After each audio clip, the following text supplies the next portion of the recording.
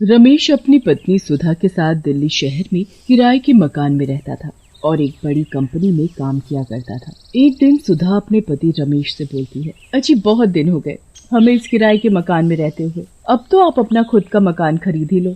अरे पत्नी जी, शहर में मकान खरीदना कोई आसान काम है? पता भी है शहर में मकान खरीदने के लिए कितने पैसे चाहिए? अजी मैं सोच रही थी कि क्यों ना हम अपने गांव की जमीन बेच दें। सुधा, बात तो तुम सही कह रही हो। गांव की जमीन बेचकर इतने पैसे तो हो ही जाएंगे कि नया मकान ले सकें। अजी कुछ पैसे तो आपने जमा कर ही रखे हैं और कुछ पैसे हमें गांव की जमीन बेचकर मिल जाएंगे, उतने में तो एक नया मकान आ ही जाएगा। गांव में अपना मकान भी है, कुछ दिन वहीं रहेंगे और जमीन बेचकर वापस शहर आ जाएंगे। अजी ये बात तो बिल्कुल पते की कही आपने। अगले ही दिन सुधा और रमेश गांव के लिए निकल जाते हैं। गांव पहुंचकर वे दोनों गांव के लोगों से मिलते हैं। सुधा गांव की औरतों से बात करती है, उनका हालचाल पूछती है। दोनों दिन भर गांव में घूमते हैं और शाम होते ही वे दोनों आराम करने के लिए घर चले जाते हैं। अजी ये घर तो बिल्कुल नहीं बदला, आज भी पहले जैसा ही है। रात हो जाती है, दोनों अपने कमरे में सोने चले जाते हैं। आधी रात होते ही घर की छत से आवाजें आने लगती हैं। सुधा घबराते हुए उठती है और बोलती है, अजी जल्दी उठिए, जरा देखिए तो घर की छत से कैसी कैसी आवाजें आ रही हैं, कहीं चुड़ैल तो नहीं आ गई हमारी छत पर। अरे भाग्यवान, छत पर बंदर आ गया होगा। तुम भी ना, चलो अब सो जाओ। अजी आज मुझे सुमन बहन बता रही थी कि कुछ दिनों से एक चुड़ैल ने गांव में आतंक मचा कर रखा है। वे आधी रात को लोगों के घरों की छत पर आती है। अरे तुम्हारा दिमाग तो खराब नहीं हो गया जो आधी रात को चुड़ैल चुड़ैल लगा रखा है? मैं नहीं मानता ये सब। तभी छत से जोर जोर से किसी के चलने की आवाज आने लगती है। अजी मुझे तो बहुत डर लग रहा है, कहीं वो चुड़ैल हमारे घर में ना आ जाए। अरे भाग्यवान, तुमने तो मेरी सारी नींद ही उड़ा डाली। अभी जाता हूँ छत पर, जरा मैं भी तो देखूं चुड़ैल को। अरे अगर छत पर गए तो वो चुड़ैल आपको छोड़ेगी नहीं।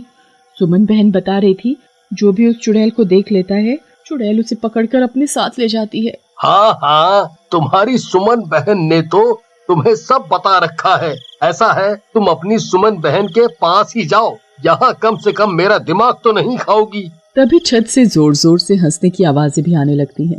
रमेश छत पर जाता है और छत पर डरावनी चुड़ैल को देखकर रमेश की आंखें फटी की फटी रह जाती हैं। चुड़ैल की लंबी चोटी सांप की तरह हवा में लहरा रही होती है, जिसे देखकर रमेश की हवा खराब हो जाती है। अरे मर गया रे, ये तो सच में एक चुड़ैल है। चुड़ैल जोर जोर से हंसने लगती है और रमेश से बोलती है, आज तो मजा ही आ गया जो तू खुद मेरे पास चल कर आ गया। आज तो मैं पेट भर कर खाऊंगी।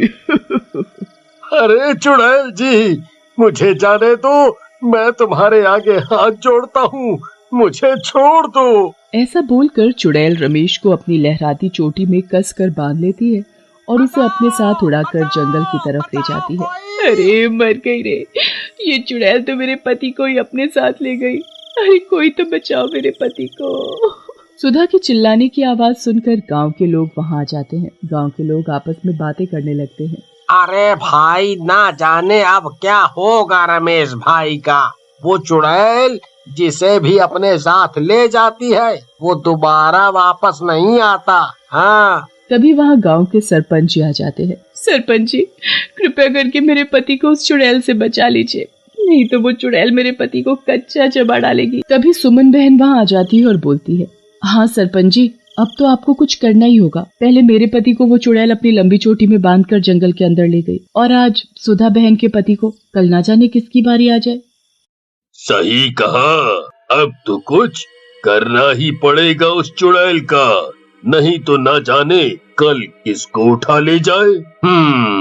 अगले दिन रात होते ही सभी गांव वाले अपने अपने घरों में चले जाते हैं और अपने घरों के खिड़की दरवाजे बंद कर लेते हैं। आधी रात होते ही चुड़ैल गांव में रहने वाले कालू की छत पर आ जाती है और जोर जोर से हंसने लगती है। कालू और उसकी पत्नी रमा बहुत डर जाते हैं। अरे मर गए रे, ये चुड़ैल तो आज हमारी ही छत पर आ गई। तभी कालू की पत्नी रमा बोलती है, अरे नाश पिटे, जरा धीरे बोल, कहीं तेरे साथ साथ मुझे भी ना उठा ले जाए ये चुड़ैल। अरे करम जली, कभी तो अच्छा बोल लिया कर, जब देखो मुंह खोलती है तो बस बुरा ही बोलती है।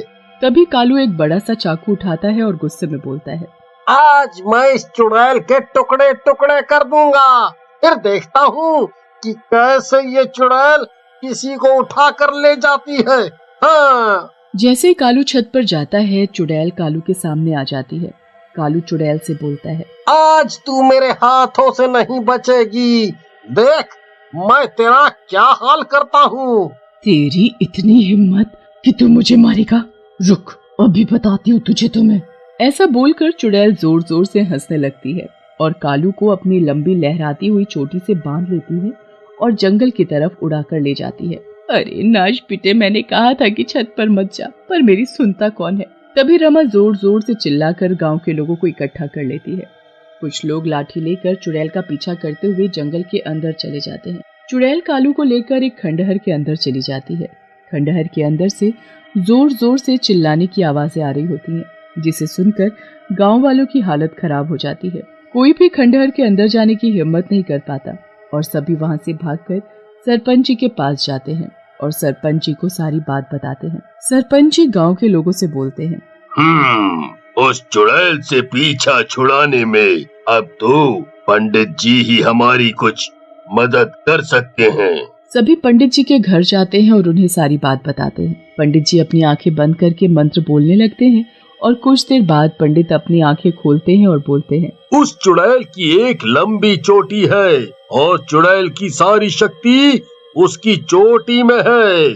अगर चुड़ैल की चोटी को काट कर जला दिया जाए तो वो चुड़ैल भी अपनी चोटी के साथ भस्म हो जाएगी। अरे पर उस चुड़ैल की चोटी काटेगा कौन? तभी सुधा सरपंच जी से बोलती है, सरपंच जी मैं जाऊंगी उस चुड़ैल की चोटी काटने।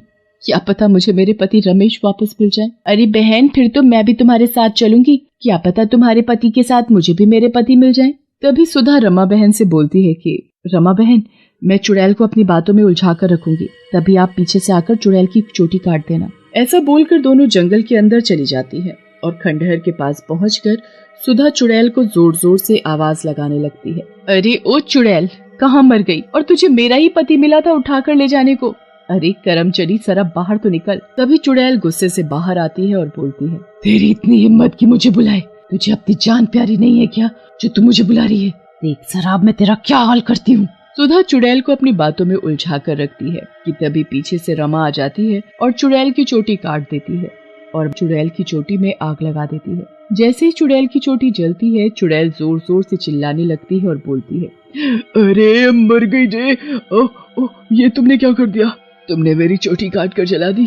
तुमने मेरे साथ धोखा किया, मैं तुम दोनों को छोड़ूंगी नहीं। ऐसा बोलकर चुड़ैल भी भस्म हो जाती है। तभी खंडहर से कालू और रमेश बाहर निकल कर आते हैं। अरे मुझे तो लगा था कि वो चुड़ैल आपको खाकर चट कर गई होगी। अरे भाग्यवान, बस ये समझ लो कि हमारी किस्मत अच्छी थी जो हम दोनों बच गए। अब यहाँ से चलो। फिर वे सभी गांव में आ जाते हैं